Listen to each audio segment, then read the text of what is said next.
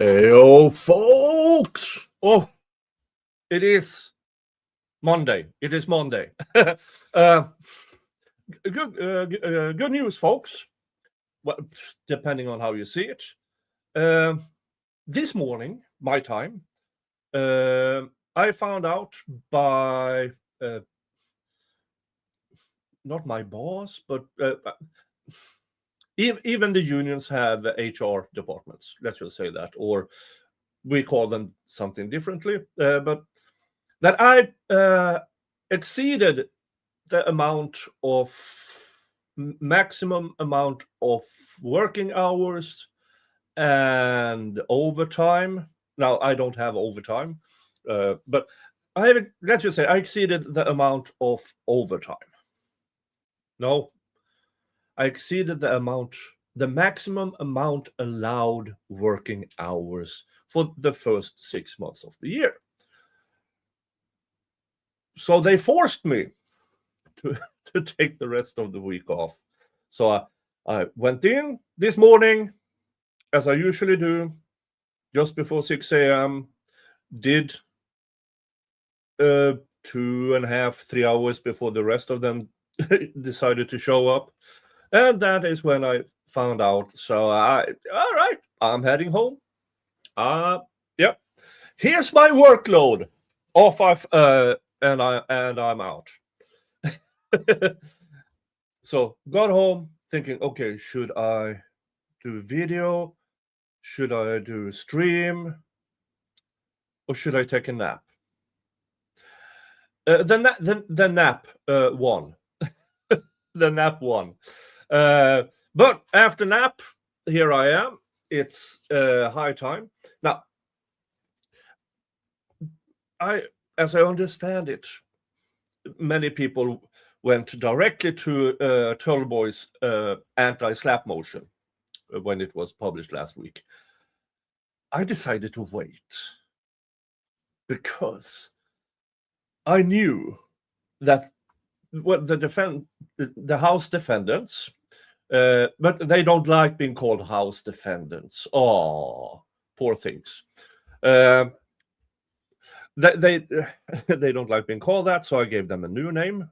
So they are now on my channel, at least, collectively known as the Wankers.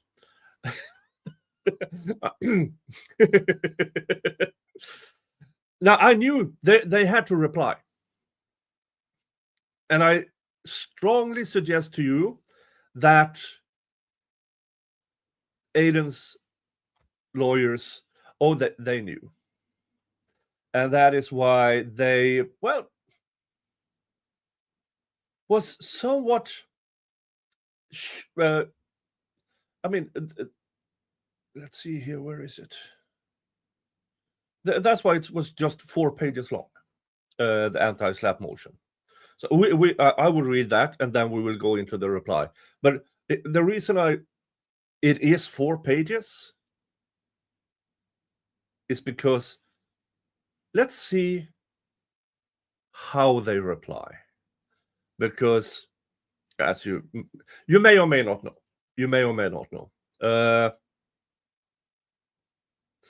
now, just in case they didn't, Aiden's team didn't already know the weaknesses of the Wankers, their case, they just wanted it confirmed. That's my guess in their reply. So now I'm expecting in a few days, maybe end of the week. Well, not the end of the week. I know Aiden went on vacation, so not until early next week they will have their rebuttal to the Wankers' reply. So that is what we're going to go through today. First, Aiden Carney's special motion to dismiss plaintiff's First Amendment complaint pursuant to the anti-SLAPP law. And it's very good that they actually, the First Amended complaint, which sadly Karen Reed's team of lawyers dropped the ball on last week. by filing a motion to dismiss on the original complaint, which is, yeah. I put up my video. I gave my honest review of it.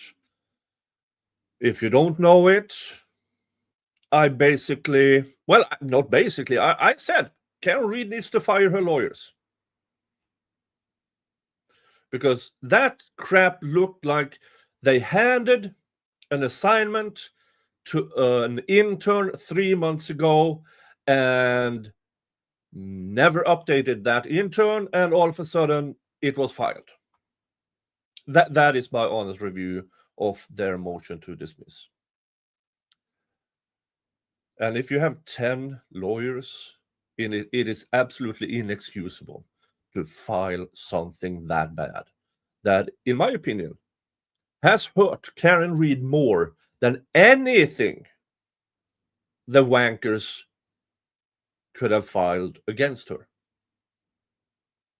Could it be saved? Maybe. I don't know. I don't think so. But maybe. But that's in the past. Now let's get into this one. Now, again, it is the Aidan Carney, Karen Read case, or the John O'Keefe case. And as always, almost always, rubber duckies. Rubber duckies. Again, for you who are new here, or maybe not know the history about rubber duckies, is that a couple of years ago, somebody got the idea, let's place rubber duckies around Canton, saying, basically, tell the truth. And Yuri Buchanan, because he likes to get on his knees for the McAlberts, decided to investigate the enormous threat of rubber duckies, not only on his regular time, but he spent something like 40 overtime hours investigating the rubber duckies. They brought it in front of a judge who basically laughed in their face and said, nah, fuck off. This is not going to happen. So, ever since, I ordered this out of Temu, I think. Well, Drunk Me bought this on Temu, and I've been using it almost every time I covered this damn case. All right. That's 8 minutes of BS before we get to it. The motion to dismiss based on the anti-SLAPP, and the House defendants, or formerly known as House defendants, now known as the collective, the wankers. Let's get through it. Welcome to the show. Santa Claus, riding in with the winter laws. Santa Claus, streaming live for the roaring masses. Ho, ho, ho, raise them horns, old Judge King in a crown of thorns. Santa Claus, streaming live for the roaring masses. Santa Claus, Santa Claus, Santa Claus, Santa Claus.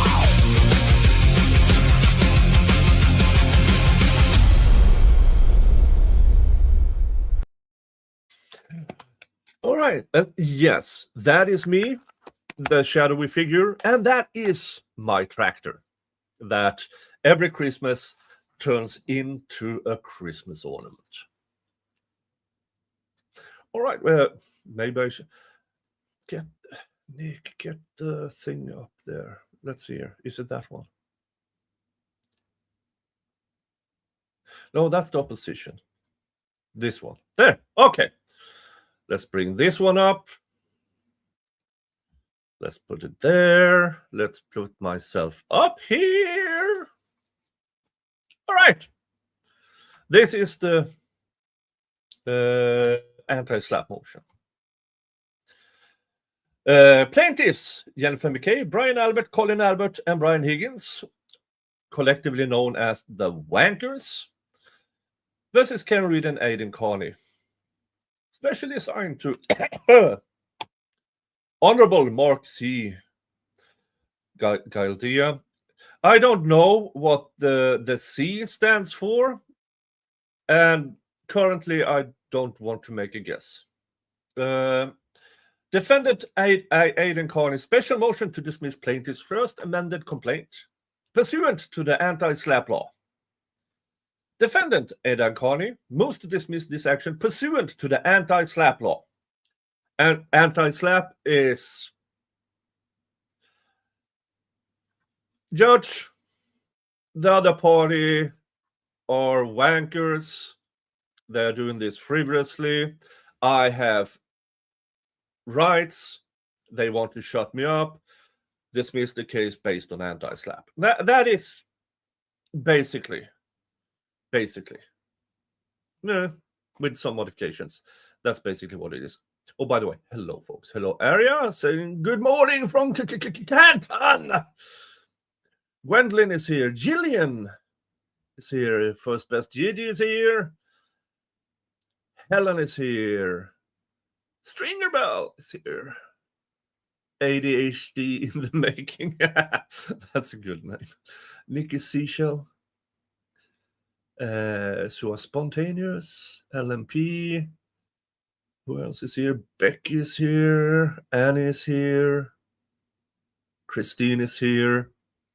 Hello, everybody. And the rest of you who still hasn't posted anything in the chat, please do. At least an emoji of sorts. Classic Overthinker is here. Midnight in Australia. Yeah.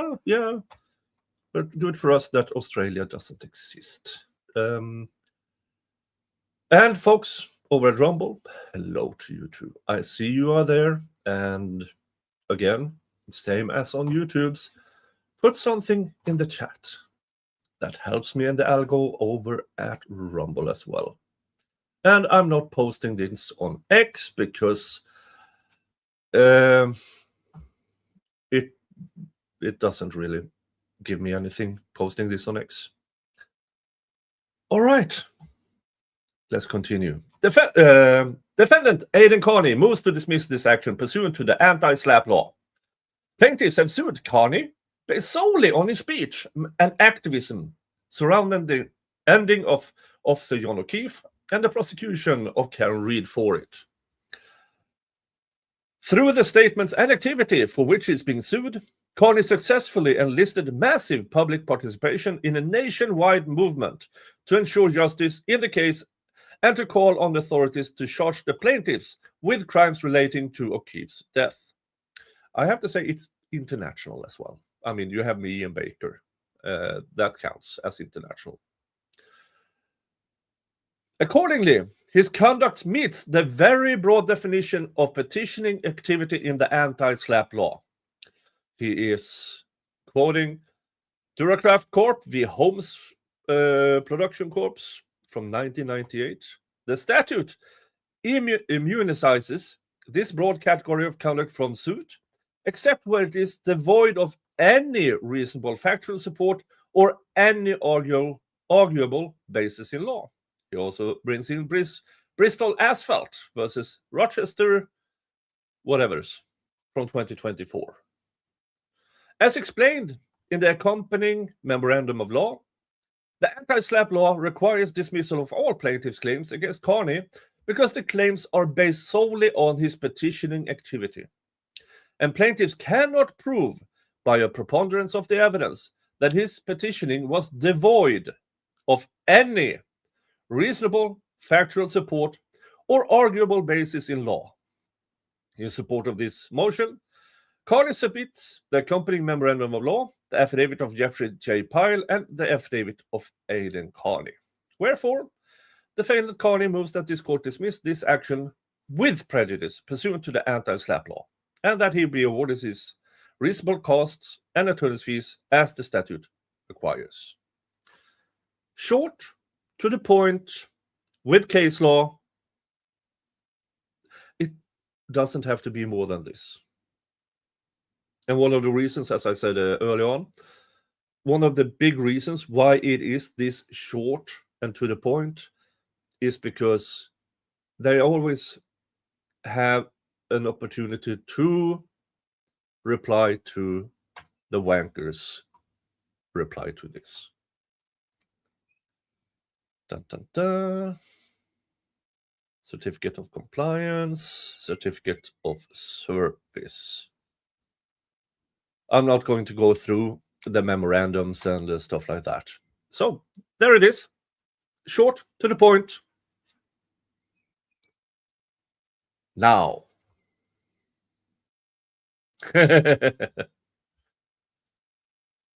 Let's get to this one. Jennifer McKay, Brian Albert, Colin Albert, and Brian Higgins, plaintiffs, formerly known as House defendants, now known as the collective, the wankers. Versus Ken Reed and Aidan Carney. Plaintiffs' opposition to defendant Aidan Carney's special motion to dismiss pursuant to the Massachusetts Anti-SLAPP statute. Dun, dun, dun. In April 2023, defendants Aidan Carney and Karen Reed launched an unlawful coordinated scheme to harass, intimidate, defame, and retaliate against Jennifer McKay, Brian Albert, Colin Albert, and Brian Higgins. It says plaintiffs here. I'm quite sure it's a misspell of wankers. Each of whom was simply a witness for the Commonwealth in Reed's criminal trials. Aww. At Reed's direction and on her behalf, Carney continually harassed and targeted plaintiffs in person and online across multiple platforms, accusing, in front of others, plaintiffs of being murderers. And then they go back to First Amendment complaint. They've been calling cop killers, pigs, and the side of evil. Carney stalked and harassed them at their homes, their children's extracurricular activities, and their places of business. Carney urged his followers to do the same and applauded them when they did.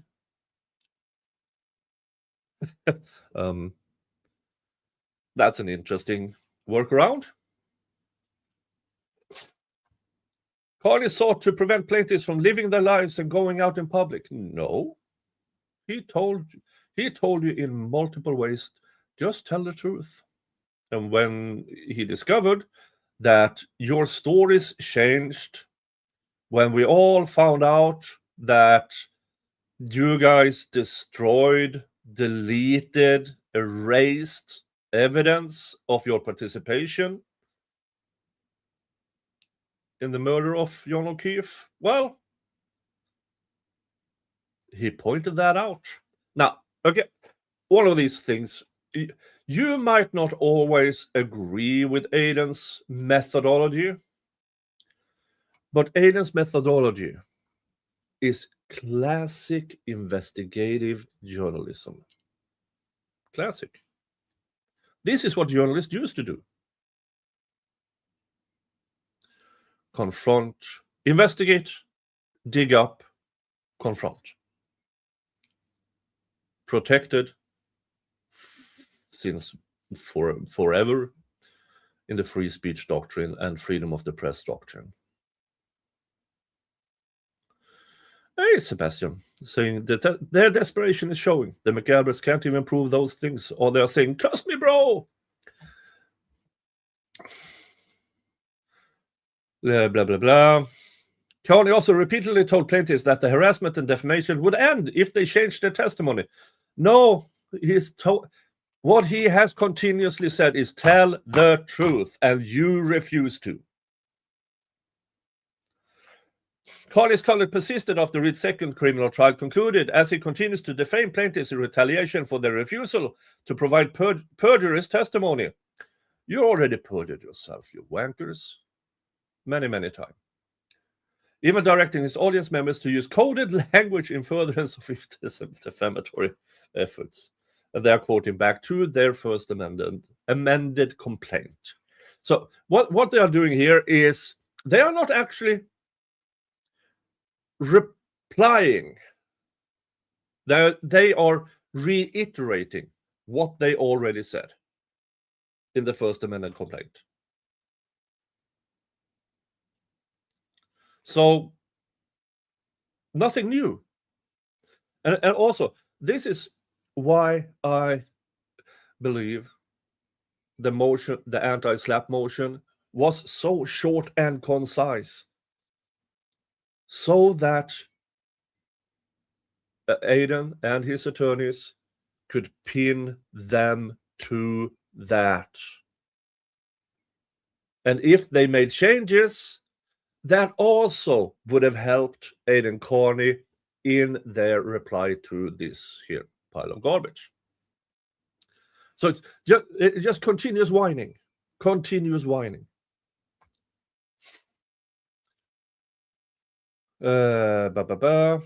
Carney now moves to dismiss the AC pursuant to Massachusetts anti-SLAPP statute.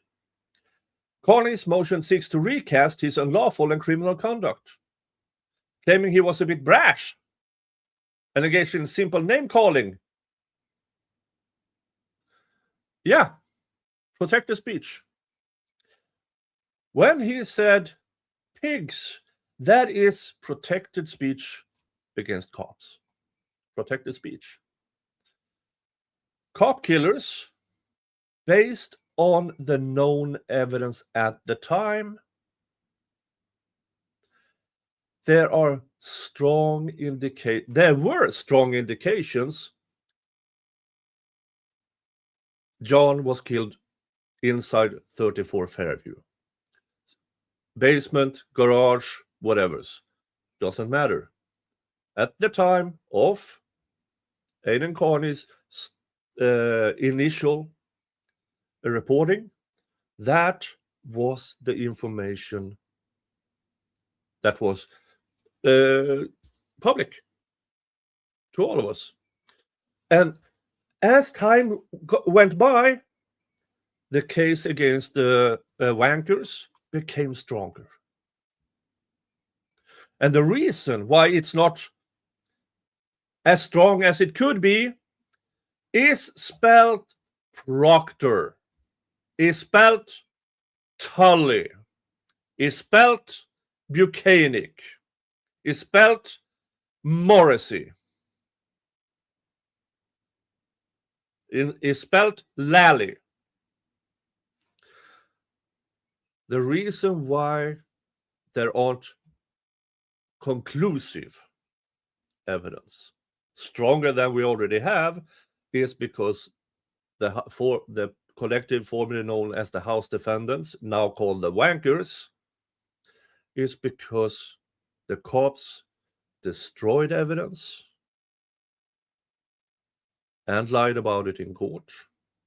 The House defendants destroyed evidence and lied about it in court. And the DA's office knowingly helping them do it. That is my opinion, and it's based on the information available to me. Where were we? Carney's conduct persisted. Blah, blah, blah. County no moves, but yeah, there we were.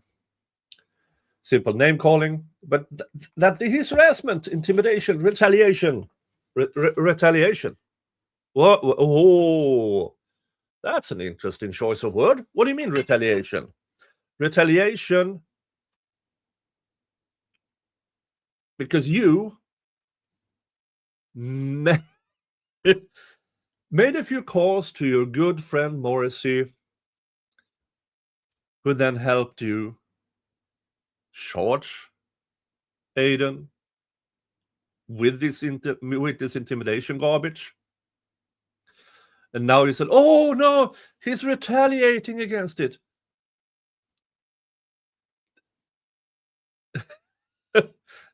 Retaliation would mean you did something wrong to be retaliated against. Doesn't it? That's how I read it. That is how I read this. The use of the word retaliation is them showing the slightest of consciousness of guilt.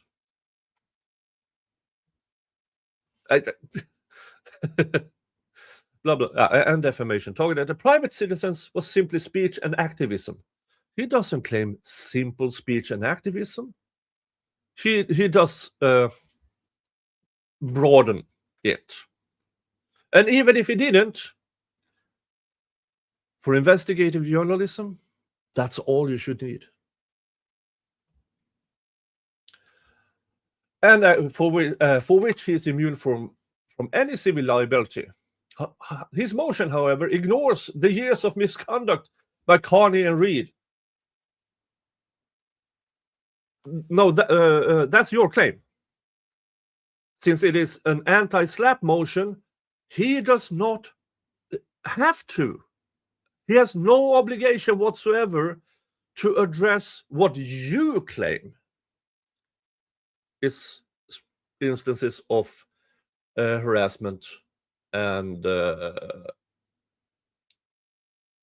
misconduct.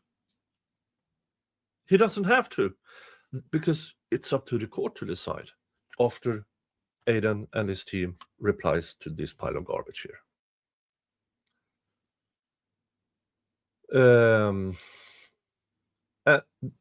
Years of misconduct, that falls outside the structures of the anti-SLAPP statute. But here's the thing. That's your argument that this falls outside. He doesn't have to address that in his initial motion. He might do it now, but they are putting the horse behind the cart, or the cart behind the horse before. They are doing it the wrong way. They are trying to say he didn't preemptively address our argument, so he's wrong, which is stupid.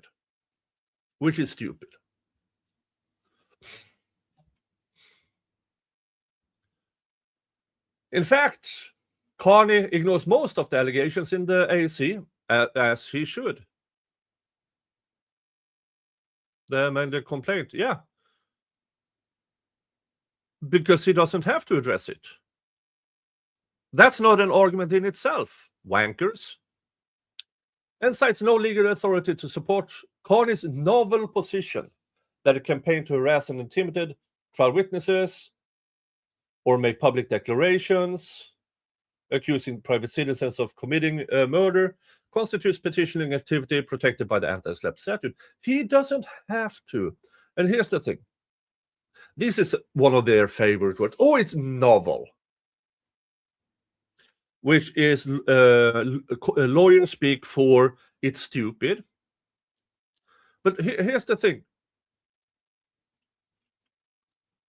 Novel is something a judge uses when pointing out to an attorney that, yeah, that wasn't a clever argument.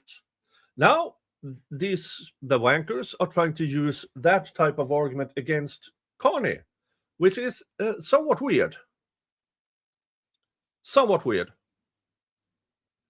And again, they are reiterating their claims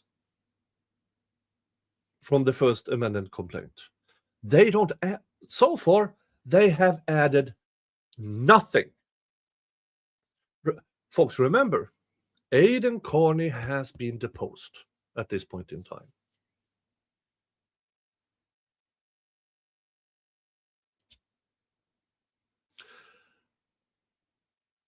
Which tells us whatever was said in that deposition didn't help the wankers one bit. Why do I say that? Because so far it's not in here.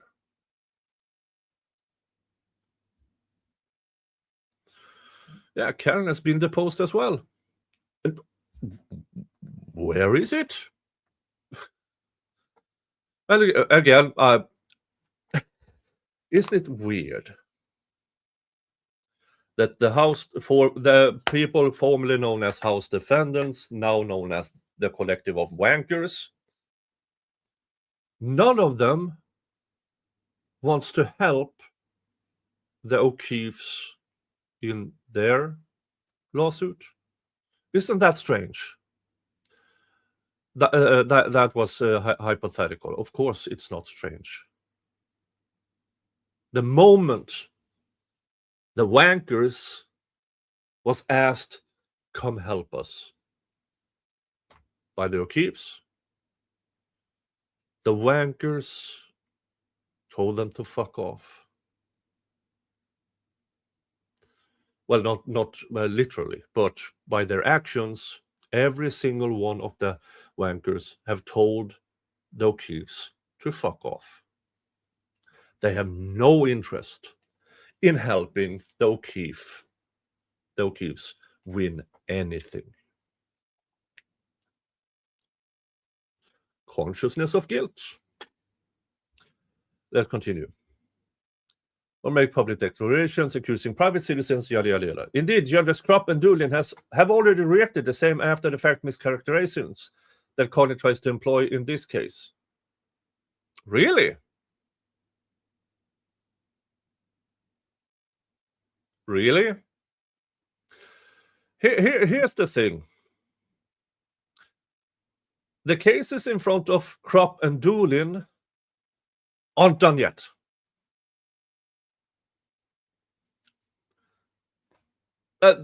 This is stupid. Those cases aren't done. Those cases are still in the open. So you really can't draw conclusions of what the decisions of those judges has been thus far.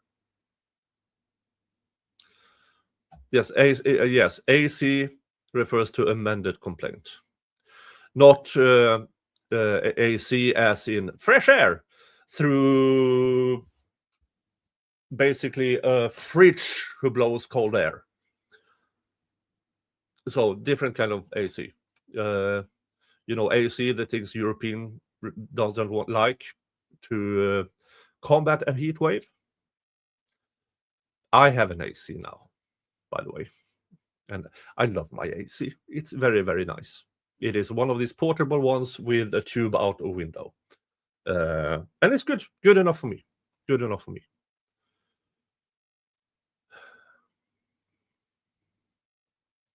Yes, Judy. I'm very, very much enjoying my AC unit.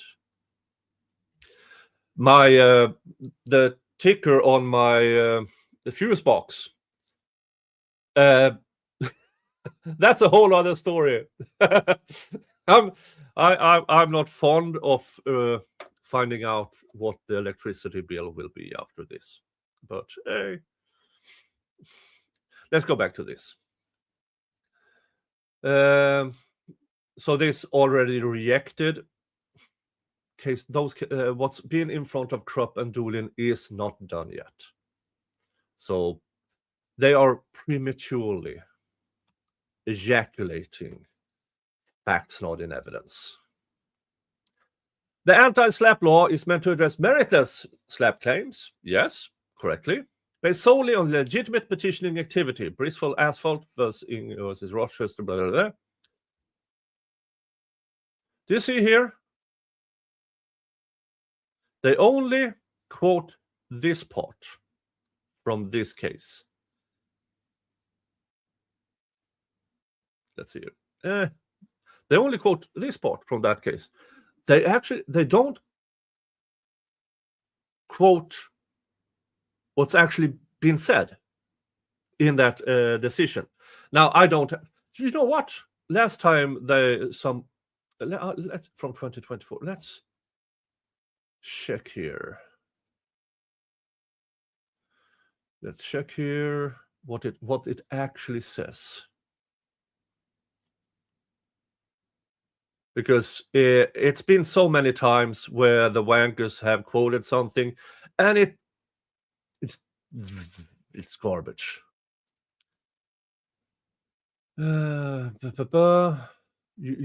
Opinion summary in a complex commercial dispute. This is the case from 2024.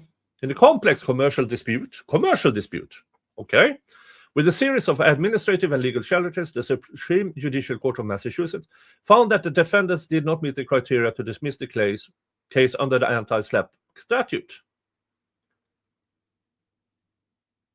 The dispute arose from the plaintiff's efforts to open an asphalt plant in the same industrial zone. This has no resemblance to the case at hand. And the defendants launched a series of administrative and legal challenges to the plaintiff's efforts to obtain regulatory approval for the construction and operation on the proposed plant. The plaintiffs filed a 3-count complaint alleging that the defendants' legal challenges constituted unfair or deceptive acts of practices, conspiracy in restraint of trade, and abuse of process. In response, the defendants filed a special motion to dismiss under the Anti-SLAPP statute. The Supreme Judicial Court affirmed the lower court's denial of the defendant's special motion to dismiss, concluding that the defendant's petitioning activities were not entitled to the procedural protections of the Anti-SLAPP statute. The court found that the defendant's challenge to the plaintiff's proposed asphalt plant did not lack any reasonable factual support or arguable legal basis. And okay, so that was the summary. Let's skim through this.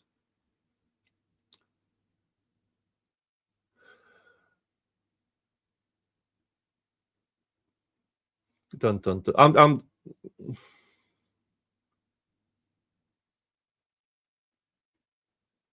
dun, dun, dun. Powerful procedural protections were designed to target meritless suits brought to discourage individuals from the exercise under.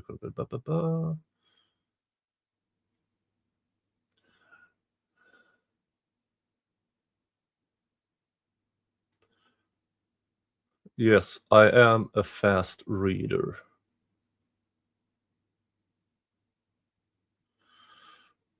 I'm trying to find anything in here that bears a resemblance to the case to the case at hand.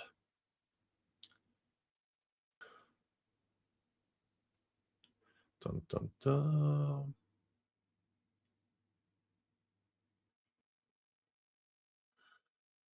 This is about permits. So it's not about this is not a speech claim. This is about permits. For the love of fuck, you morons, you absolute morons. This is why you check what they are actually quoting. So this is the only part in that, but it's completely different cases. That case was about permits, if the permits were done correctly. And then there was a lawsuit and the court said that no, defendants, you don't have. So, for fuck's sake. And this is why they only quote this extremely narrow thing, while the rest of the case, the Bristol Asphalt case, has nothing to do with this, because this is not but that is not a case about free speech or speech from a journalist or a reporter, or what you are allowed to say based on the information at hand. This is so stupid. And this is also why Aiden and his team were very, very brief in their anti-SLAPP motion, because they knew the House defendants, or as they are now known as, the wankers, would reveal their hand. And so far, they are amputees. No hands whatsoever. Okay, let's continue. What anti-SLAPP does not do, however, is bar private Massachusetts citizens from invoking the court's protection when their personal lives and reputations have become conspiratorial battlegrounds for criminal defendants and unscrupulous internet marketeers.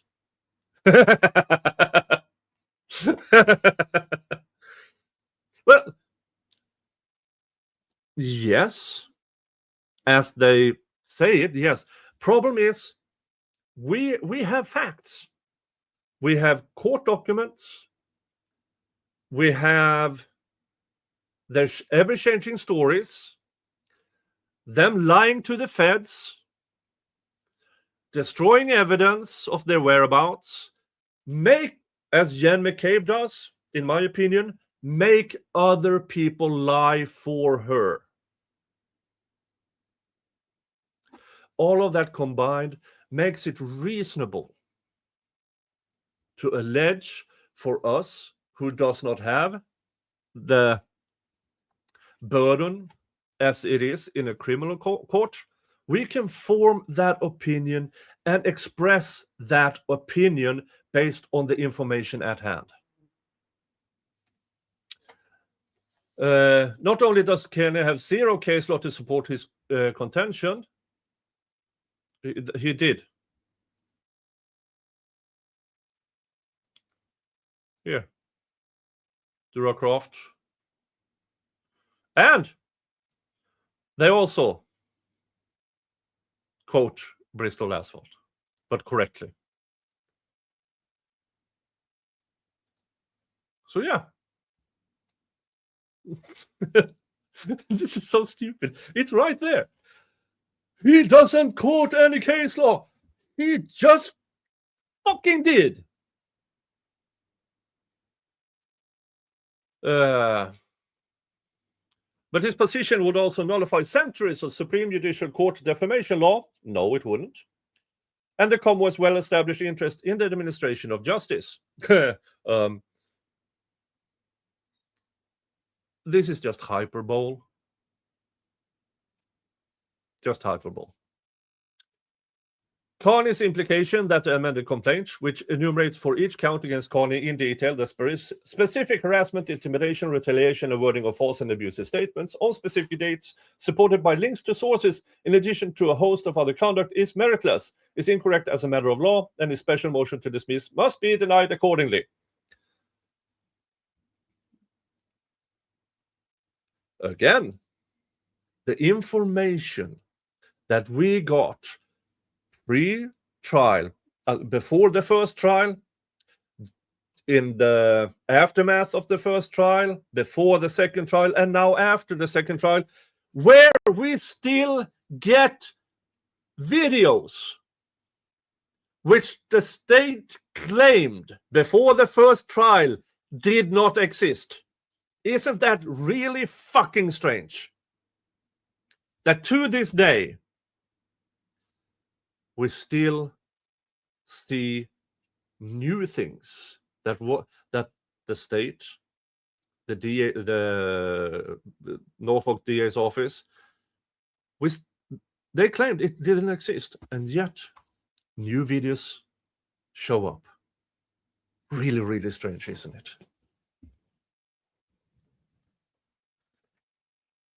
Background, and and this is still the claim.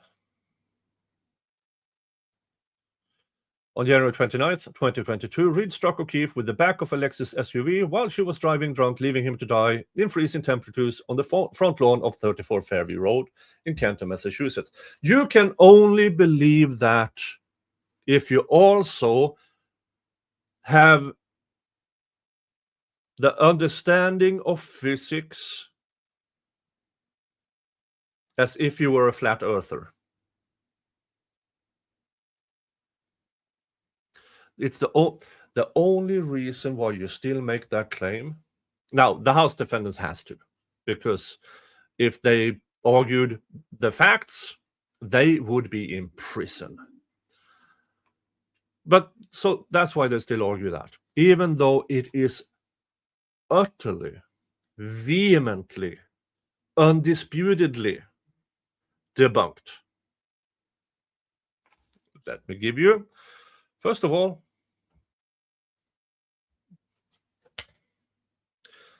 the tests from both sides in the second trial showed John O'Keefe wasn't hit by Karen's SUV by pure physics. No. Second,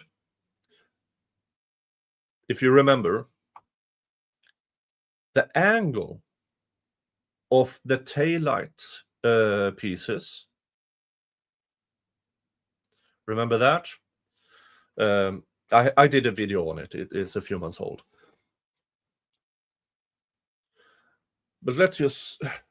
Do I have anything to show you guys?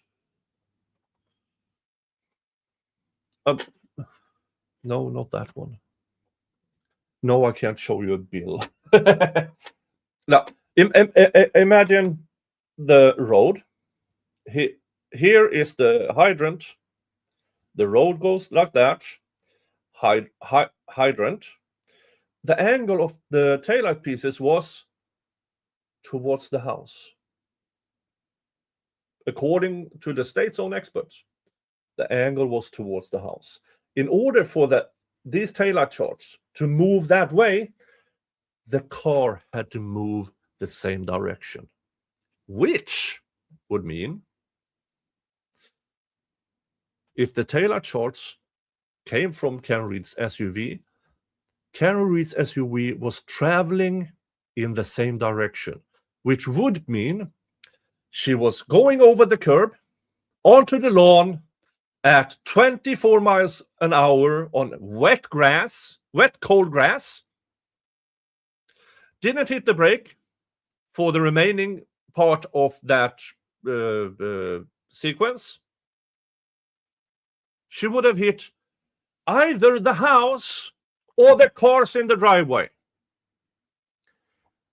Physics.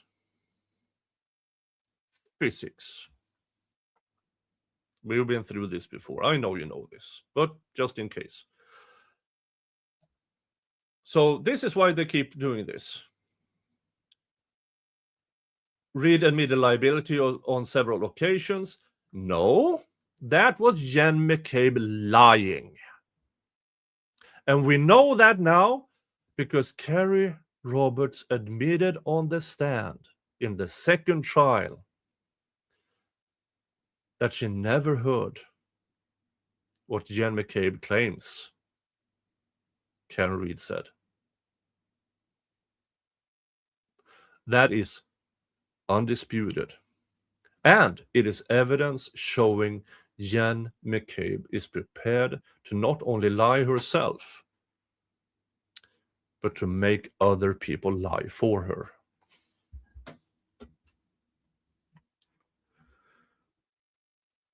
Following the investigation, yada, yada, yada. And this part here, Carney and Reed agreed to a secret conspiracy to defame, harass, intimidate, and retaliate against plaintiffs. Here's the thing. Again, Karen has been deposed. Aiden has been deposed. They have tried earlier and failed utterly to charge Karen Reed and Aiden for witness intimidation. Or they tried to charge Karen Reed with this through a grand jury, and it failed. Not even the grand jury, with only the state's evidence presented. The grand jury said, no, fuck off. Not going to do it. And since then, there's more information. And they still have nothing that shows Karen Reed and Aiden Carney before Aiden Carney's first set of articles had ever talked to each other. Now, later, as the case moved on, she is a defendant talking to a reporter, which she has a fundamental right to do.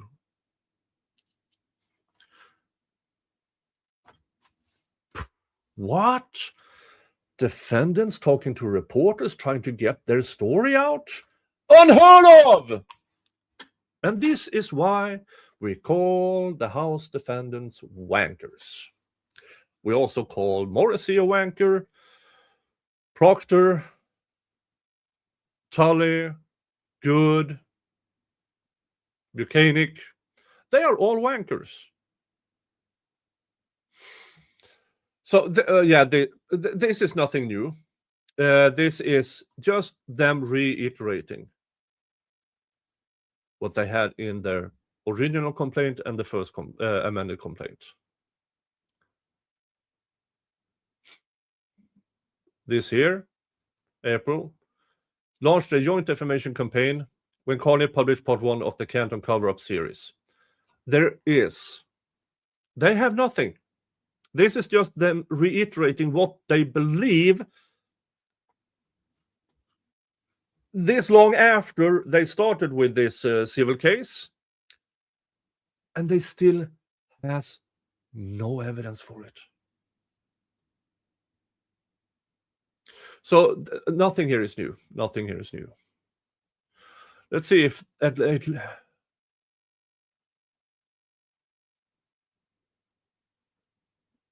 nothing new. The rolling rally.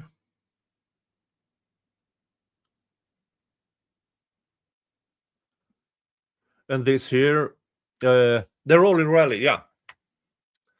These tactics earned Carney a text from Kennedy. Thank you for your continued support. We know that's bullshit. Because Kennedy doesn't specify, okay, thank you for doing the rolling rally. Thank you for calling them this. Thank you for doing that. No. Continued support. No specifics. Not actionable. But they do their best. And the wankers' best is garbage. And then, again, this is, as somebody said in the chat earlier, this is their prepared. And then they desperately try to add in new things in what they have already written, even though they have added nothing to substantiate this, except taking text out of context, cut and paste text together. We know that now. Just as they did to avoid responsibility for John O'Keefe's death, the wankers are manufacturing evidence, in my opinion. So again, nothing of this is new. It is the same as in the original complaint and the amended complaint. Let's see here.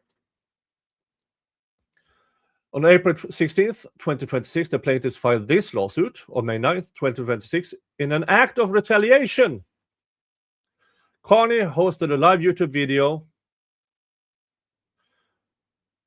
in which he used a fundraising event being held in support of plaintiffs to yet again defame them.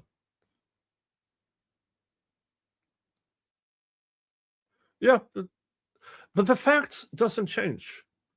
The wankers, the House defendants, lied to the feds, changed their stories continuously, been caught in lies repeatedly. We know they destroyed evidence. We know they deleted things.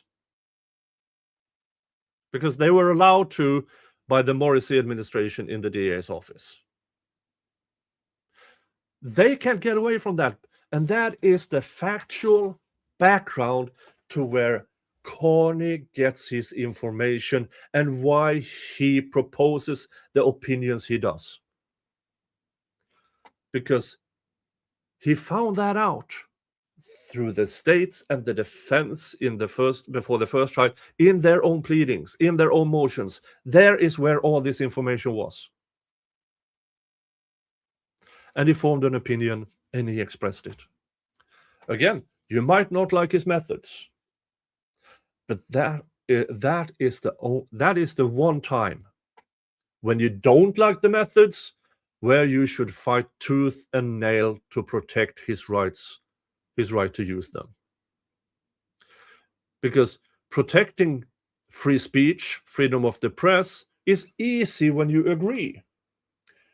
You should help and protect the First Amendment, the free speech, the freedom of the press when you don't like what is said, when you don't like the method. That is when it is as most important. Let's see here. Carney published a video stating Brian Albert was involved in a murder. Let me be very clear about that, Christopher Mattei. Your boys, your clients, they're suing me. They were involved in covering up a murder. You signed up to defend cop killers. Yeah. Now, the lawyer, Mr. Mattei, I'm sure he have heard worse. And Mattei is not a defendant, or he's not a plaintiff. So, and I'm sure he's getting paid.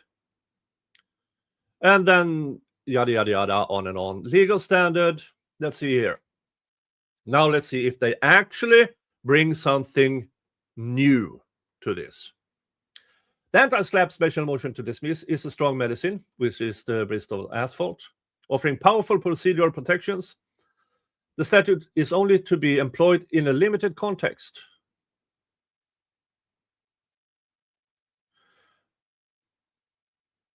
Because of its limited nature, the Supreme Judicial Court recently returned to the necessary narrow and strict construction outlined in Duracraft versus Holmes.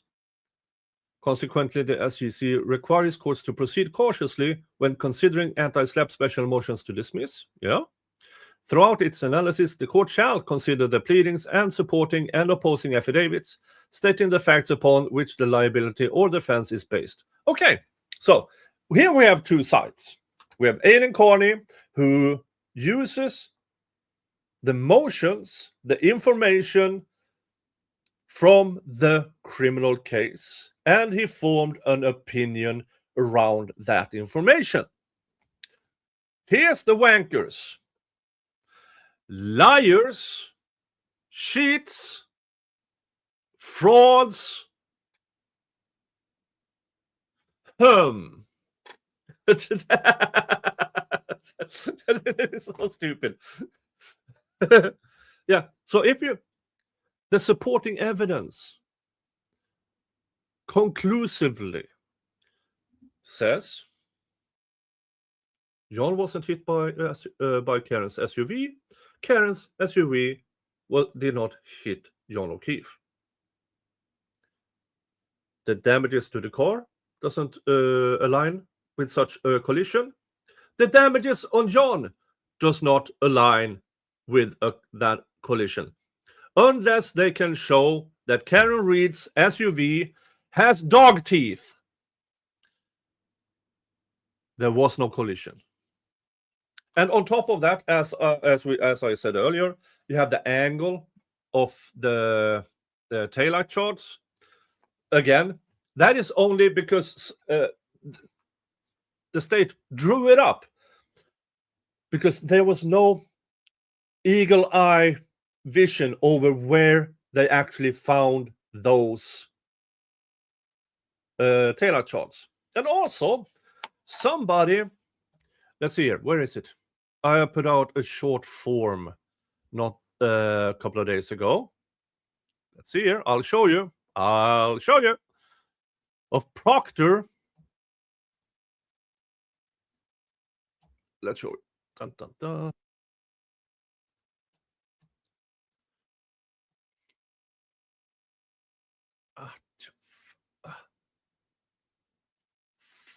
Wait. Putting that over there. Share screen. Up there. Okay. And I will move myself to the side. There.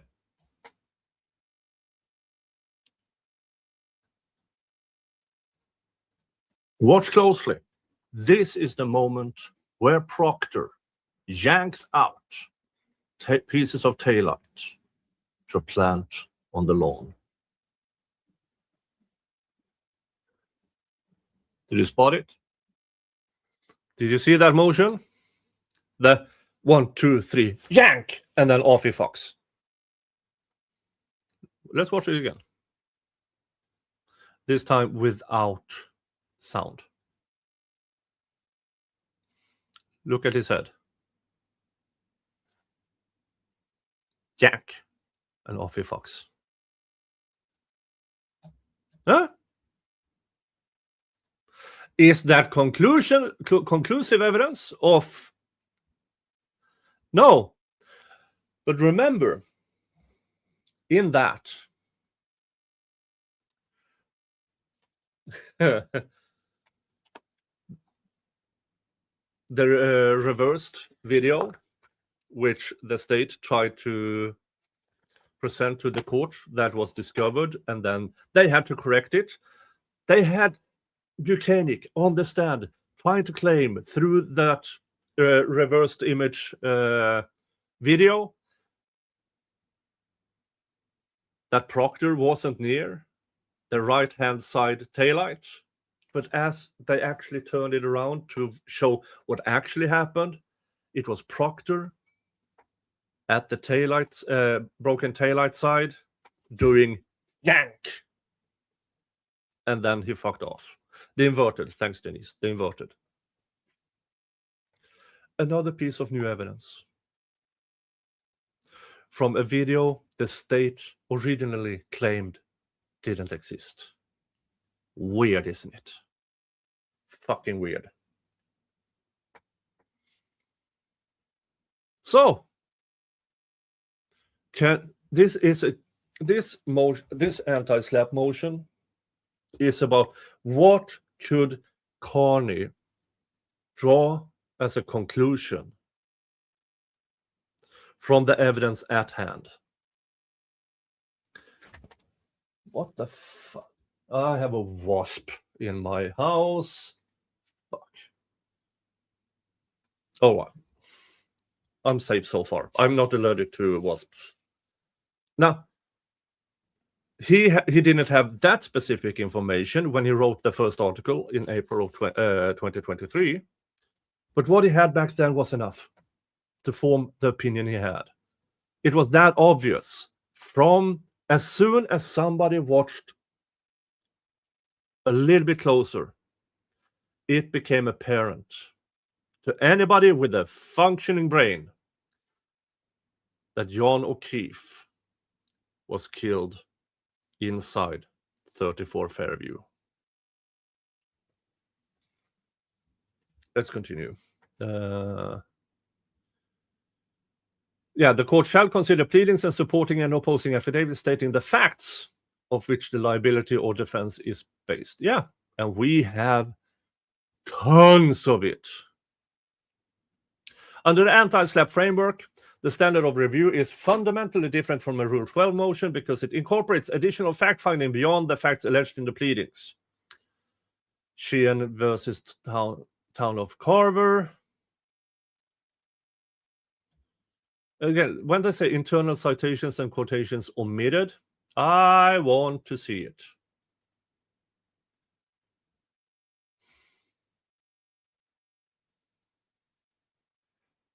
Okay, so this is actually a First Amendment violation and defamation case.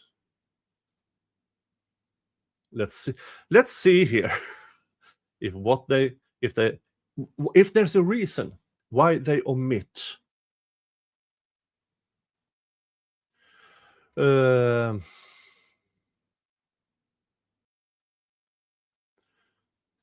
on, that's not it. Sorry.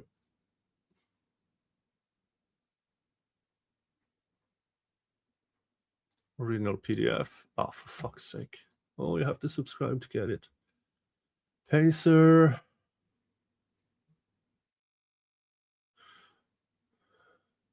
Opinions.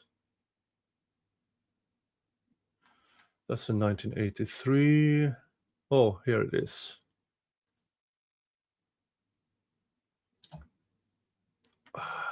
Free trial. Fuck's sake. Let's see if I can. Oh, fuck's sake. Darn it!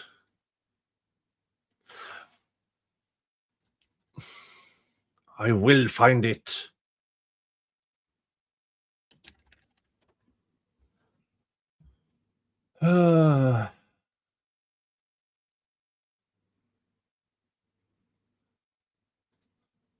Forbidden. Oh shit. Hold on here. I'm on VPN. Stupid if you don't use VPN nowadays. Let's see. No. Dun, dun, dun.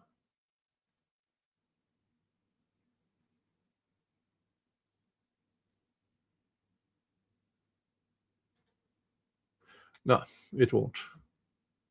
Let's see if I can open it in another web browser. That helps. No. Browser. United States. Using a VPN within a VPN. Why doesn't...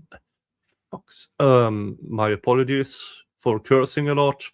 Welcome to welcome to my show. No, it won't show.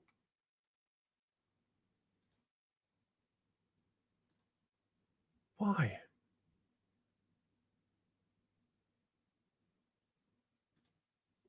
Let's see if I can get it here. Nope.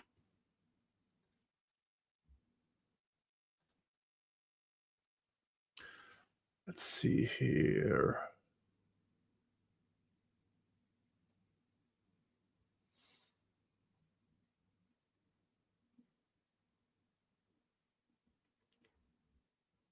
That is the docket.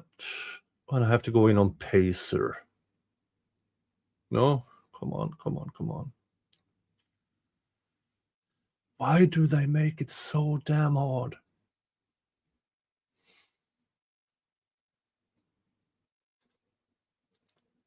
Let's see here. Okay.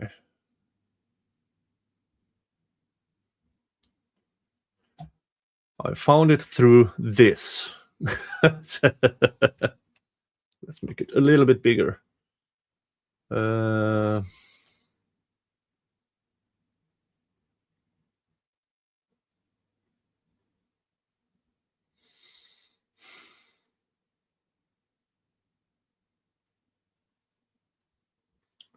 This is, hold on here. Let's go to the top. Memorandum and order, plaintiff Sheehan, environmental lawyer who embarked on a multi-year campaign to curtail unpermitted sand mining and hauling operations, blah, blah, blah. She brings this action alleging that the towns of Carver and Plymouth and various town committee members have conspired with local sand mining and trucking companies and collectively with the municipal defendants to violate her First and 14th Amendment right, and in their attempt to silence her activism have defamed her.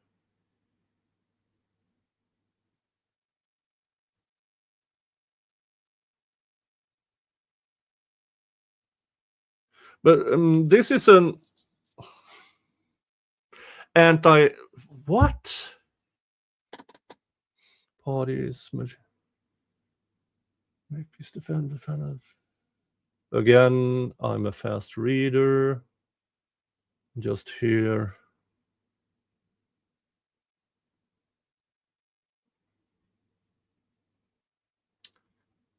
Incident, online campaign.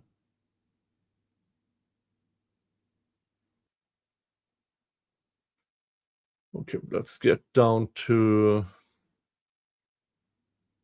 all parties now moved to dismiss for failure to state a claim on Rule 12b. But wait a minute. Hold on here.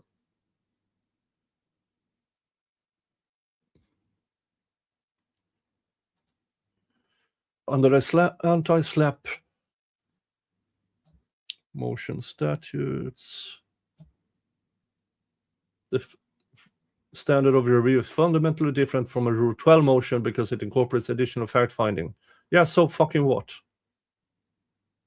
This isn't a Rule 12 motion. It's an anti-SLAPP. Why do you bring in Rule 12 motion citations? Carney doesn't argue Rule 12. It's an anti-SLAPP. Carney offers an overly broad and novel view of petitioning activity as it tries to apply a post hoc rationalization to recast his years-long conduct of harassing and defaming plaintiffs as punishment for the testimony against Reed. He first of all, he started this long before you were testifying at court. You were witnesses, but you hadn't actually testified. I wonder, 2023, when was the first grand jury?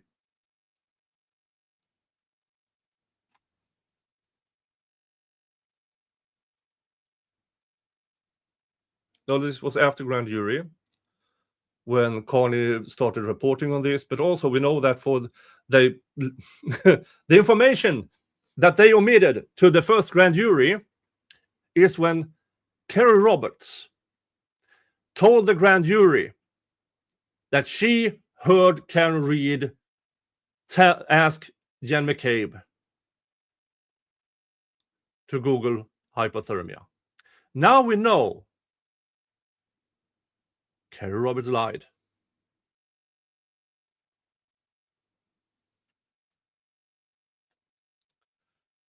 So this post hoc rationalization, no, post trials, we only found out more about the lies, the destruction of evidence, the deletion of evidence from the people formerly known as House defendants, now known as the wankers.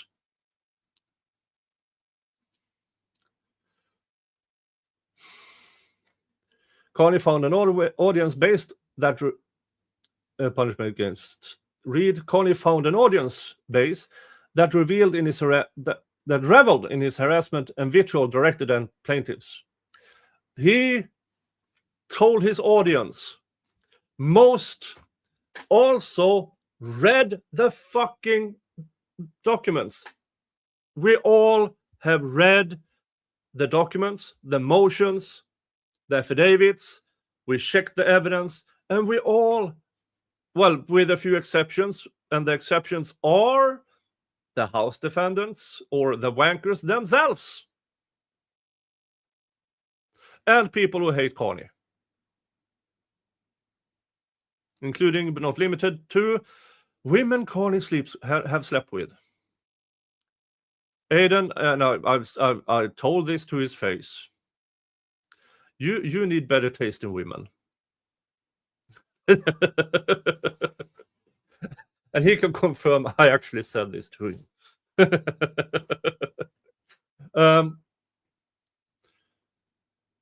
And he was able to successfully monetize that attention. He was reporting on something that has major interest, the cover-up of a murder. All he has done vis-a-vis plaintiffs is harass, defame, and punish them at the request of Reed. No. None of it is correct. And drive commercial traffic to himself. Oh no! A reporter aiming to drive traffic to the site where they are reporting from? Unheard of!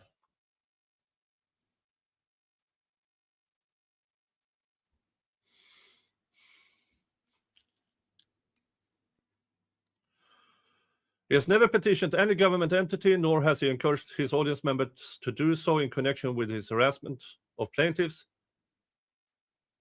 Wait, never petitioned any government entity? How about Morrissey? How about Morrissey? And why doesn't Morrissey sue? Why doesn't Lally sue? Well, they are in active litigation, that's one. But I would say that Aiden has called them out personally as well. Yes, as LMP says, how dare he attempt to make a living reporting on a story? Yeah. He's encouraged his audience members to do so in connection with his harassment of plaintiffs.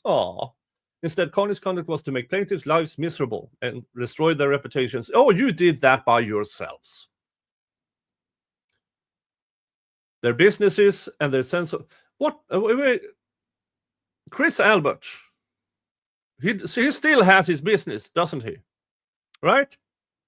The pizzeria. Yeah. So apparently, he has no damages, or at least not monetary, because he's still in business. And by the way, isn't it Chris Albert? Wait a minute, Chris Albert. Let me say, get it.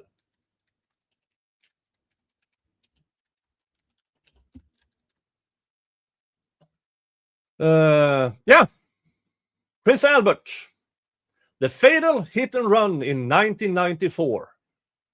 Yeah, where he disappeared from the crash site, showed up a couple of days later with his lawyers in tow. And what was his? For actually killing a person, provably.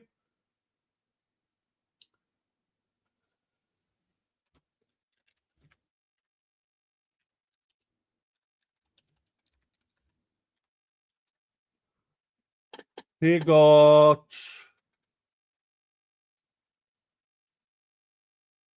treated as a youthful offender and 6 months in jail. Yeah.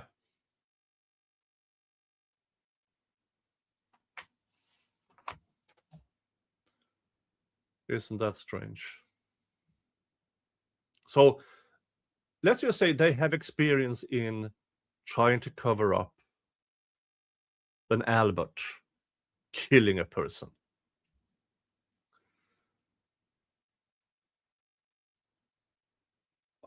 The wasp got stuck in a spider web. Folks, for you who don't know, hi, I'm Nick. I do labor and employment law, and I live here on the farm. And on the farm, now, usually I have this yellow tape out to catch spiders and nuisance, but I do keep at least a couple up in the corner spider webs. Why? Because they catch shit. And now they caught a wasp. Somebody's going to have a decent meal. Let's continue here. So, destroying their reputations. What reputations? We now know what these people are capable of. Already back in 1994, they covered up Chris Albert probably drunk driving, speeding, killing a guy. We didn't know that before this, and those are facts that we can draw conclusions from. He continues to do so to the present day, even utilizing coded language to convey his defamatory accusations against plaintiffs. Aww. Carney's motion ignores most of the conduct outlined in support of the claims against him. He doesn't have to, but it's good that you keep making these claims, which make it easier for Aiden and his team to file their reply to the wankers' reply.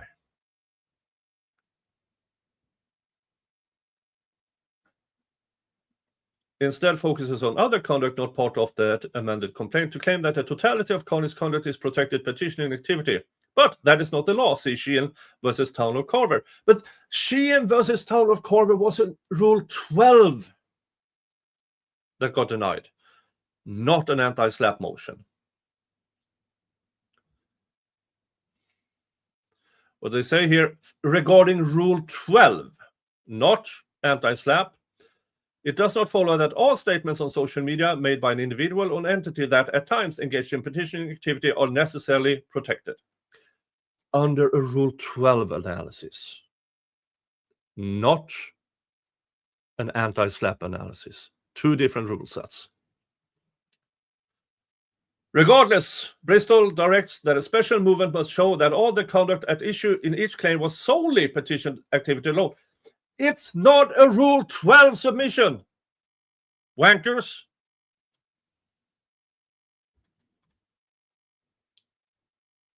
So they are citing a Rule 12 case to get an argument in an anti-SLAPP case.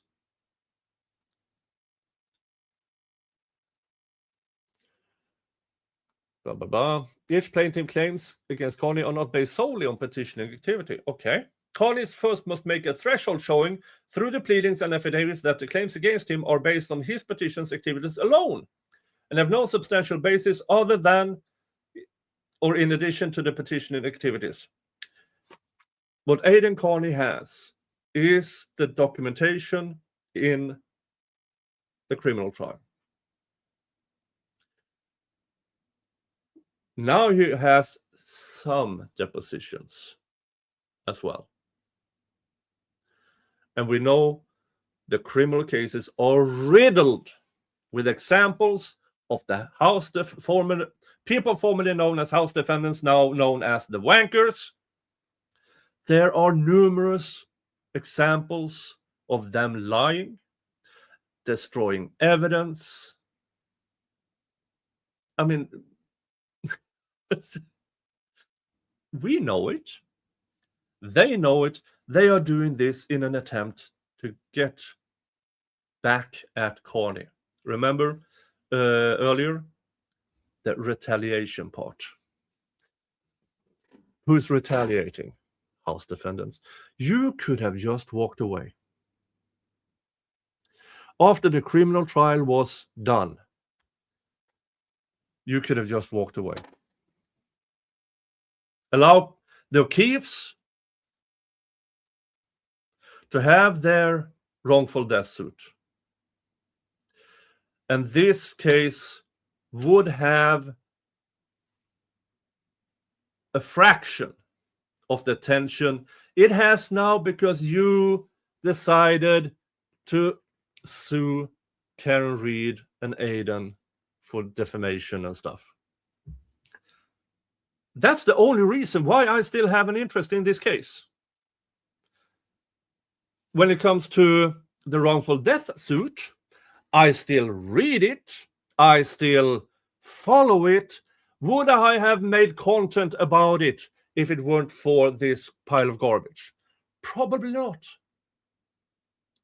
This is the wankers bringing it on themselves. Carney acting on Reed's rather than his own behalf. This we know is absolute bullshit. But it's the same garbage they filed in the first complaint and the amended complaint. The same absolute garbage. The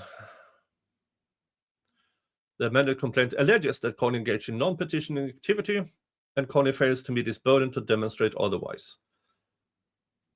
Even if Carney were acting on his own behalf, his motion fails. Oh, really? Indeed. Carney's motion is a masterclass in misdirection and obfuscation. Oh, who's talking? Who's talking?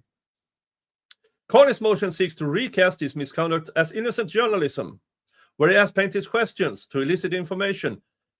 That's not what he claims.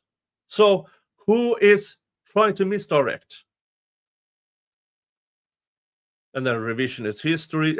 What a pile of shit.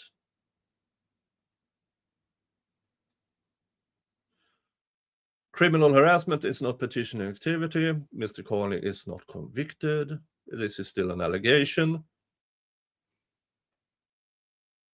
Yada, yada, yada. Now I'm getting bored. This is filled to and over the brim of pure garbage.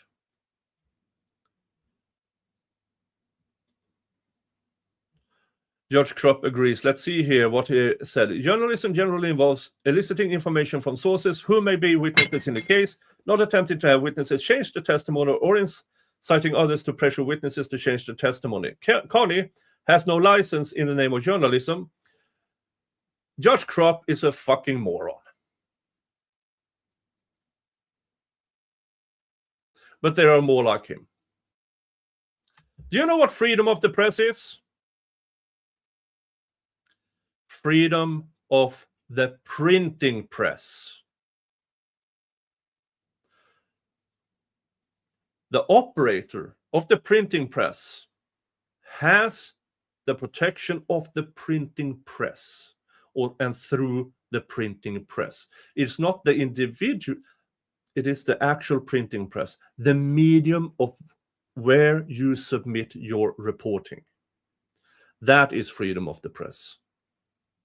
So when morons, and there are more morons everywhere, say you have to be in a legacy mass media reporting to be a journalist, or you have to have a degree in journalism to be a journalist. Fuck you, fuck all of you to hell. No, it's freedom of the printing press, the medium of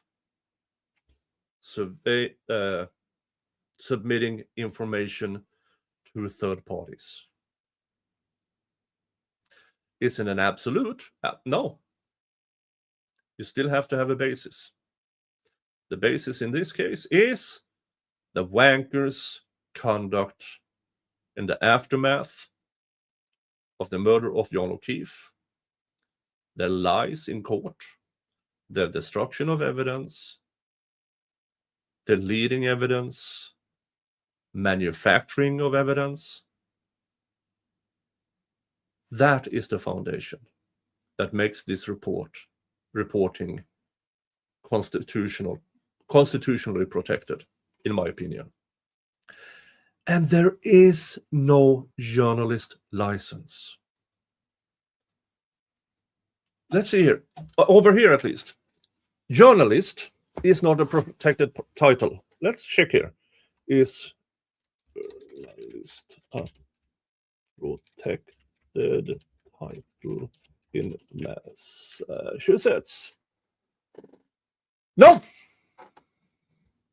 Journalist is not a legally protected title in Massachusetts. Anyone can claim to be a journalist, and the state does not require a license, certification, or degree to practice journalism or use the title.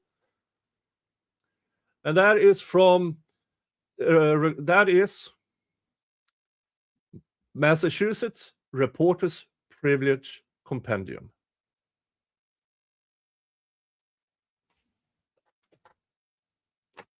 So, let's get back to the quote here. Carney has no license in the name of journalism. But here's the thing. Let's get up here. Has no license in the name of journalism to intimidate or harass witnesses and jeopardize the integrity of judicial processes. For another citizen, such action would not be tolerated. But here's the thing about that case. He's not convicted. He is not convicted. This was an opinion that allowed the case to move forward. He's not convicted. The judge's opinion will become worthless the moment the case is dismissed against Carney, or at trial when the jury tells the state to fuck the fuck off. This is wildly inappropriate, in my opinion. Hey, Andy Kopsa became a member. Thank you. Thank you so much. Oh yeah, folks, if you like my reporting, my content, cursing and everything, I know the the price of gas is ridiculous. The price of electricity is just going up. I'm not asking you to choose between electricity bills and me, but if you have money over for going to Starbucks, please consider supporting my work with a $5 or something, or becoming a member like Andy Kopsa. That is $3 a month, and you get access to members-only content, hundreds of hours, early access to my videos, and you get your own emojis here on YouTube. So consider it. Always, I'm always thankful for it, but it's never necessary. If you want to find other ways to support this channel, go watch my videos. There's a couple of ads in it. It gives me a few bucks in ad revenue. I'm perfectly happy with that. Thank you, thank you. All right, let's continue. When Carney recently moved to dismiss his indictments, Judge Doolin found that the Constitution does not insulate Carney from indictments. The standard there is so much lower than in, definitely, it's not beyond reasonable doubt. It's barely preponderance of the evidence. What the judge rules there is, can this move forward to your jury for determination in the light most favorable to the prosecutor? Light most favorable to, meaning if the prosecutor even suggests something that has a basis in law, that's enough.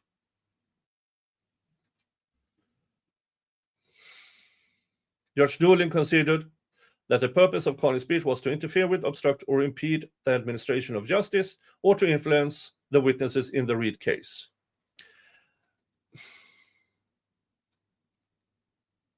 Let's see here.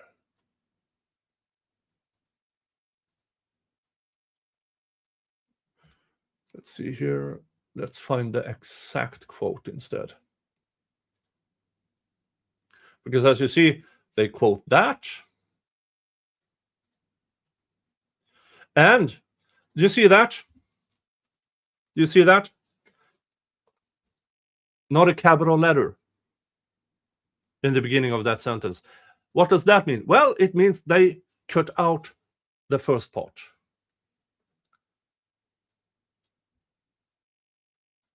Let's see if we can find.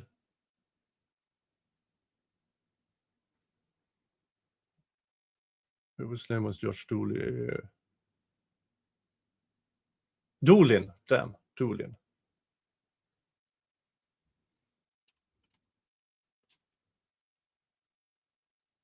Oh, for fuck's sake! Is that the motion to revoke bail?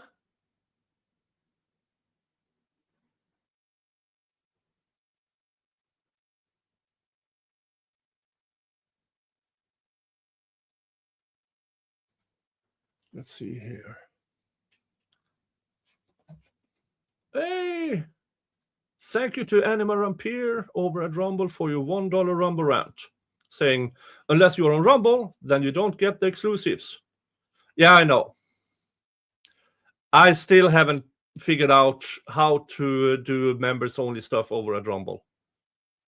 I have no idea how to do that. If anybody knows, send me a DM.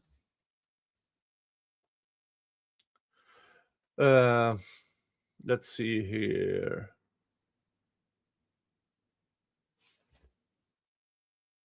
Yeah, this is Norfolk Superior Court judge issued a stern warning to Aidan Carney on Wednesday after hearing a prosecution motion to revoke Carney's bail in his felony witness intimidation case. He was walking on thin ice, yada yada yada. So this is, but he got out.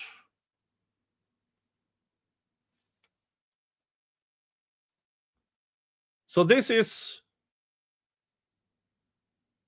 from May of last year. So this was only regarding the bail hearing. So it has actually, for fuck's sake, this is so disingenuous.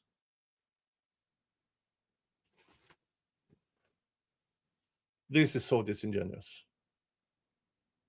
All right, let's continue. But Well, why? I'm not surprised. I am not surprised they are using bits and pieces from here and there. In this case, it seems to be from when the prosecution tried to revoke Aiden's bail again and failed. Karen has a reading. Oh, they have a hearing today before Judge Doolin regarding getting her phones back. Yeah, that is in about an hour, I think. It's scheduled to start in about an hour, if I remember correctly. So that's today.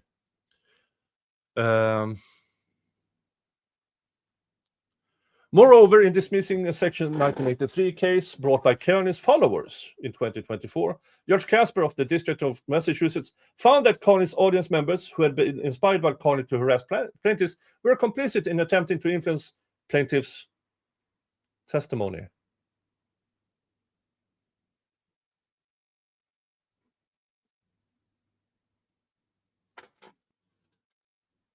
What the fuck?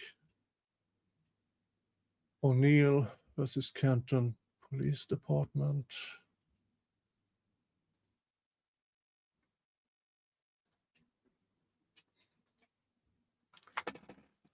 Oh! Meredith wrote a 1983 case. No? Let's see here. Sued O'Neill, yes. Deanna and Roberto Silva sued various officials from the Canton Police Department and the town of Canton, seeking declaratory and injunctive relief to prevent the enforcement of Massachusetts witness intimidation statutes. They claimed the statutes themselves violated the First Amendment right. They denied the emergency motion on November 10th, 2020. But this is not...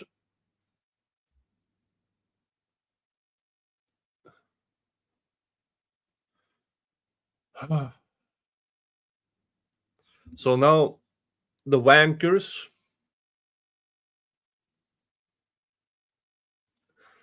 Because this action here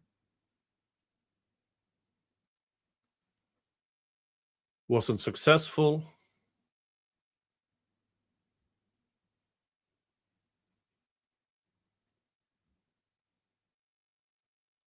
Let's see here. Where is it? Dun, dun, dun.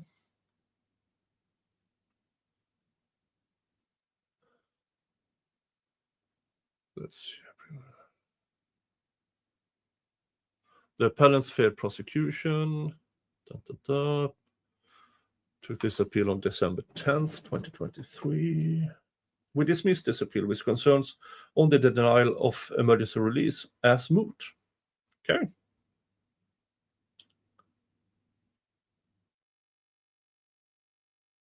So this was described as moot.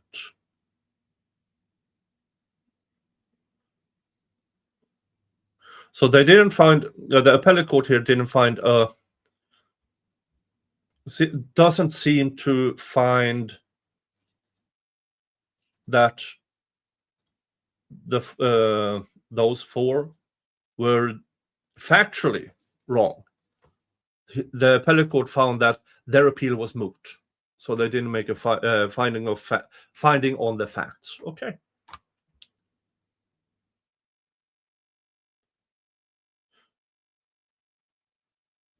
I wonder why they are not suing them as well, if they claim we're complicit in attempting to influence plaintiff's testimony.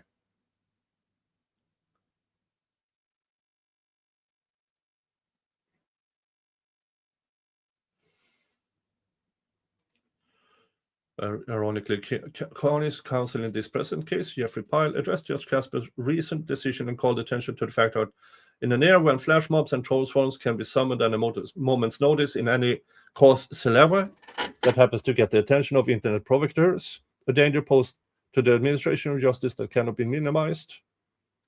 Attorney Pile's articulation of the important government interest in the protecting trial witnesses from harassment and his contention that such misconduct is not protected by the First Amendment.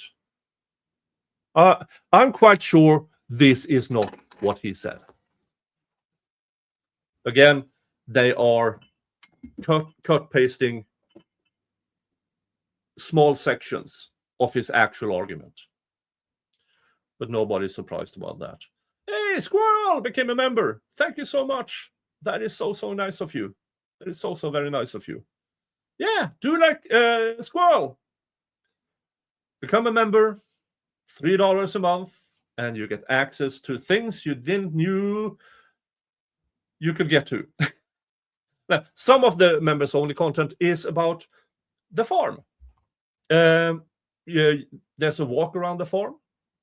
In that video of me walking around here. I should do a new one because that one is about a year and a half ago. And I'm renovating downstairs, been doing that for a while, and I have an update on that, but not as of now. This weekend, the coming weekend, let's do a members only stream where I walk around the farm. Yeah, that'll do. So thank you so much, Squirrel. That is so nice of you.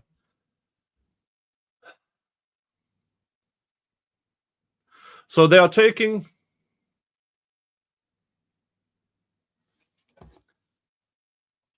bits and pieces of a judicial argument. This we will probably see when Mr. Carney's attorneys gets their reply in. I hope they can clarify what was actually said, not the cut-paste bullshit from the wankers. Lest there be any doubt that Carney's conduct is not petitioning activity here, when called to testify in Reed's pre-trial, Carney's criminal counsel invoked the Fifth Amendment on his behalf. You are using... Here's the thing. Aidan Carney was facing charges, not of witness intimidation. Witness intimidation at the time.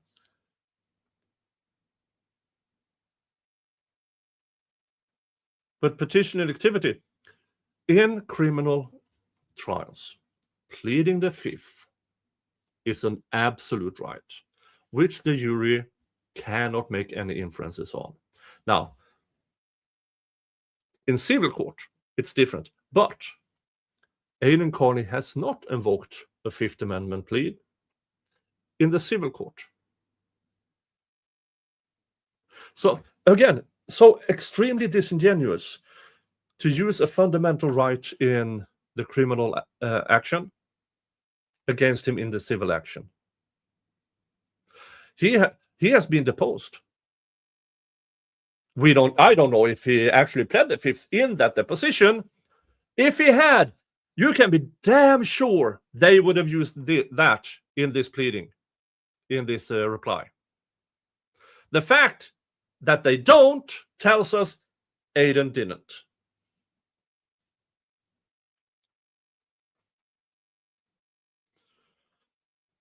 And then that is when Carney had an opportunity to petition the court directly on behalf of his professed cause. He declined because doing so would implicate him in criminal activity.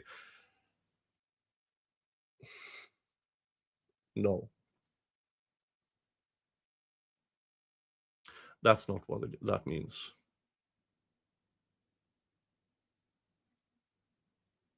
Here's the thing. In criminal cases, it is everything you say can and will be used against you in a court of law. Okay? We all know that. The Miranda rights. We know. Carney knows.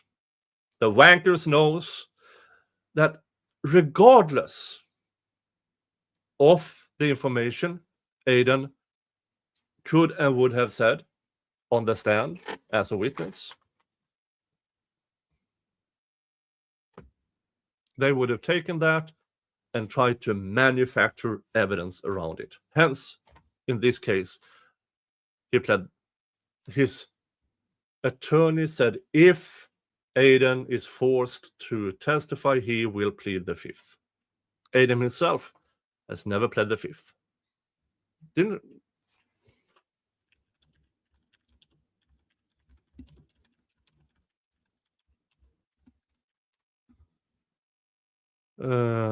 No! You're absolutely correct. Aiden has not been deposed yet. My apologies. My apologies. You're absolutely correct. Aiden has not been deposed yet. So, my apologies. I don't know why I had that recollection.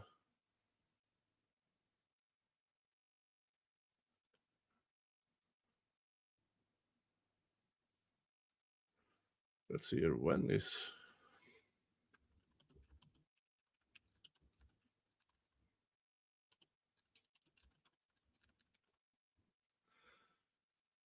See here.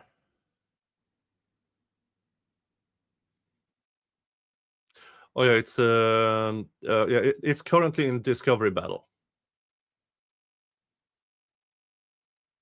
So yeah, you're absolutely correct. My apologies again. So whatever I said up here, ignore it.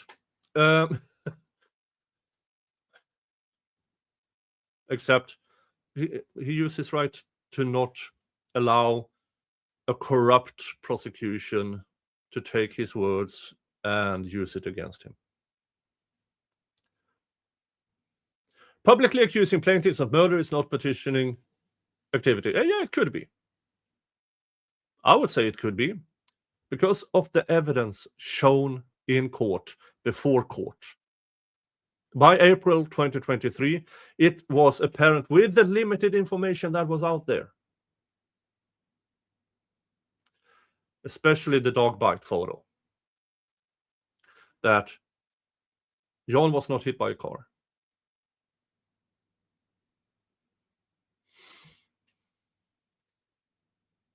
And then they keep going and going and going. So nothing here is new. This is pre-written, and they just interject the limited amount of new stuff that they could find.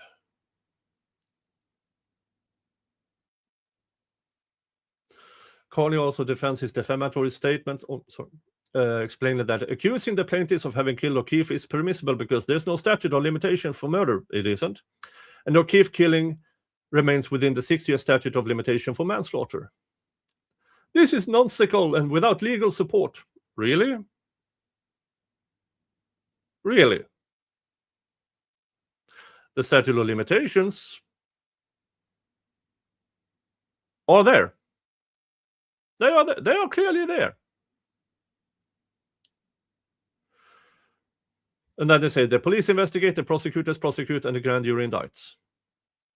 Which is correct. But you still can draw conclusions and have opinions regarding guilt because we are not the jury. We don't need beyond reasonable doubt to find the opinion that John O'Keefe was killed inside 34 Fairview. The evidence points to it. The evidence that would have been much, much stronger if the House defendants, now known as the wankers, hadn't destroyed their phones, hadn't deleted stuff, hadn't manufactured stories, and hadn't made other people lie for them.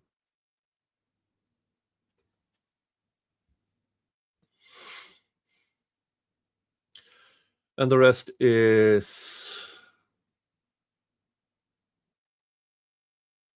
the same as earlier. Carney's reliance on Cardno is misplaced in this motion. Carney relies almost exclusively on Cardno. Can risk... Wait a minute. Didn't this fucker early on in their reply claim that Carney does not cite any case law? Oh, really? Then why are you replying to case law, moron? I have to check something here. Live. Am I still monetized? Yeah. Oh, so far I'm still monetized. I'm not demonetized yet. I wouldn't be surprised if YouTube takes an extended amount of time to determine if this stream is monetizable after the fact. So thank you guys for supporting me monetary, because I don't know as of now if I can put ads in for Replay Crew. As you might have noticed, there are no mid-stream ads on my streams. I refuse it because I don't like them like that myself. Hence, I don't do it myself. Now, sometimes if I think it's necessary, I sometimes threaten with, let's watch some Nancy Grace, unless you do $20 in super chats. Now, we aren't there here. I will not subject you to Nancy Grace stupidity today. But it's fun to do. JKD, but please, no.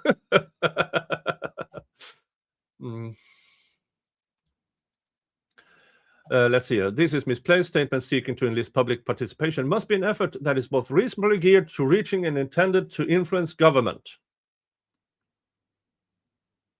Yeah. Influence government to indict the real killers. Ta fucking da. And then more whining. In Cornell, the corporate plaintiff alleged that 2 environmental activists had defamed it by authoring 4 paragraphs in the longer article published by the Huffington Post. By the time the article was published, the author had been involved in public activism concerning the environmental impacts of the spill for 3 years. The challenged paragraphs described the plaintiff's misleading assessment of the extent of environmental damage caused by the oil spill. The central issue in the case was not whether the article constituted petitioning activity, it obviously did, but whether the authors were entitled to anti-SLAPP protection where the article did not address a grievance personal to them. Not surprisingly, the SGC concluded that the fact that the authors did not seek personal redress was not dispositive of the issue, where they were engaged in classic petitioning and had an independent interest in the cause that they sought to vindicate. The SGC observed that the First Amendment had never been confined to petitions seeking to redress grievances that are either purely personal or purely public in nature.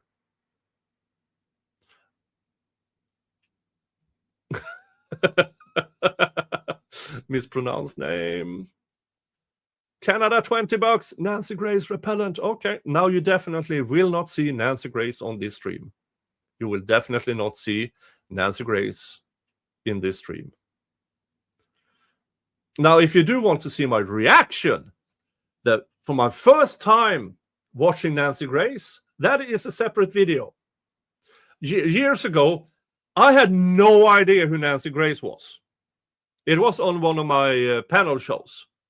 And people told me, you have to watch Nancy Grace. And then I watched her. And you can see my reaction to it in a separate video. It's years ago. Years ago. That was an interesting reaction. But let's get back to this case. Carney ignores the central holding of Cardinal. Instead, he paints his non-petitioning defamation campaign against private lay witnesses as similar to the Cardinal activist long-standing lobbying campaign that was directed at the government.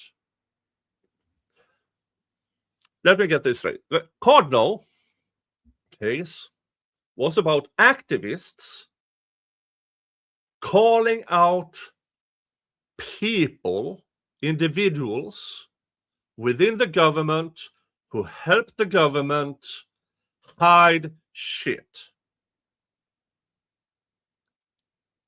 I would say that's quite on point here, because what Carney does is calling out, as an activist and a reporter, is calling out people who worked with the government to hide shit. Ah, fucking da.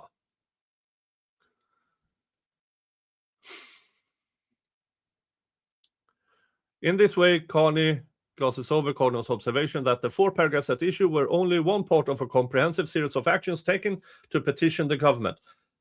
Everything Carney does in this is calling out what happened inside the 34 Fairview to make the government take action. Now, and what did happen? Well, the feds got involved. How about that, motherfuckers? It worked. Yada, yada, yada.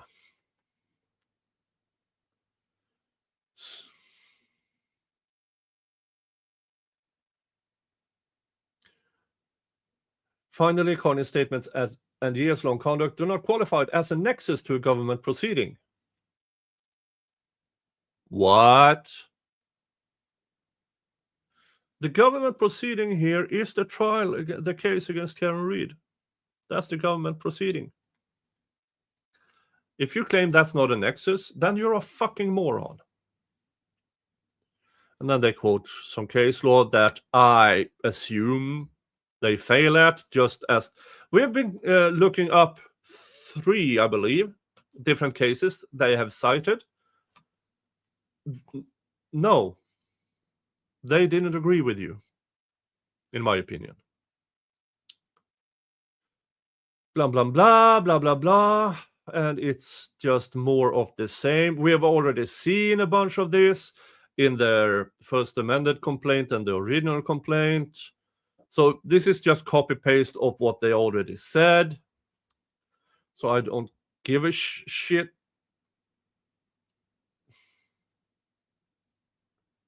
Conclusion: for the reasons described, plaintiff asked this court to deny defendant Carney's special motion to dismiss and grant any other relief this court deems just and proper. Blah, blah, blah, blah, blah. Blah, blah, blah, blah, blah. Blah, blah, blah. Blah, blah, blah, blah, blah, blah, blah. And everybody is notified. So, as expected, the wankers submit garbage. But it's useful garbage for Aiden, for Turtleboy. Now, in their reply to this pile of horse shit, they can pick everything apart. That reply is probably not due for until next week. But I can almost guarantee you already it will be beautiful. It will be an absolute joy and honor for me to next week find that reply to this horse shit and read it with you guys. All right, folks. I believe that is what I had for you. For now, at least. Can I redirect you to anybody who's... Dun, dun, dun.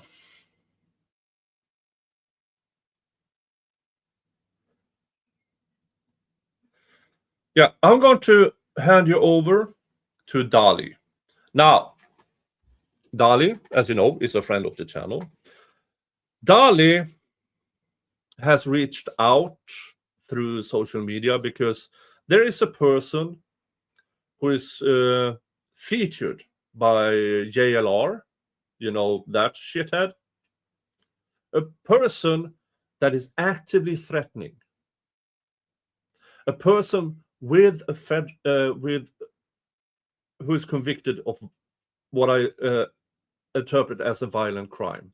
That person is now threatening Dali.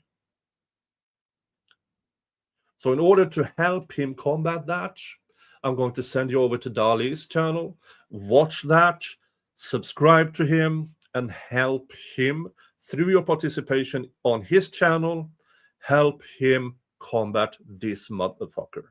Now, I will go into that after, probably maybe on Friday.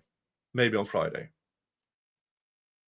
Because Friday, as per usual, is the Slightly Buzzed show, where you gather, talk about the latest filings, the things that has been going on in the area of law. I will bring people in, I will bring guests in, and we will have a good time with the drink of choice, the wheel of regrets, Fridays, 5 p.m. Eastern Time. But as of now, I'm going to send you over there. So, folks, thank you. Thank you to Sebastian Miller, member for 31 months. Andy Kopsa, becoming a member. Squirrel, becoming a member. Mispronounced name. Thank you so much. And to Anima Rampier over at Rumble, thank you for your Rumble rant. Thank you. Without you and all of you, this here wouldn't be possible. Thank you. I will see you all in the next stream or video. And from me and Mr. Jingles, who is outside chasing mice, you all have a good one. And remember, hug your family. Unless your family is crap, then screw them and give your love to the people who deserve it. See ya. Bye-bye. Santa Claus, riding in with the winter laws. Santa Claus.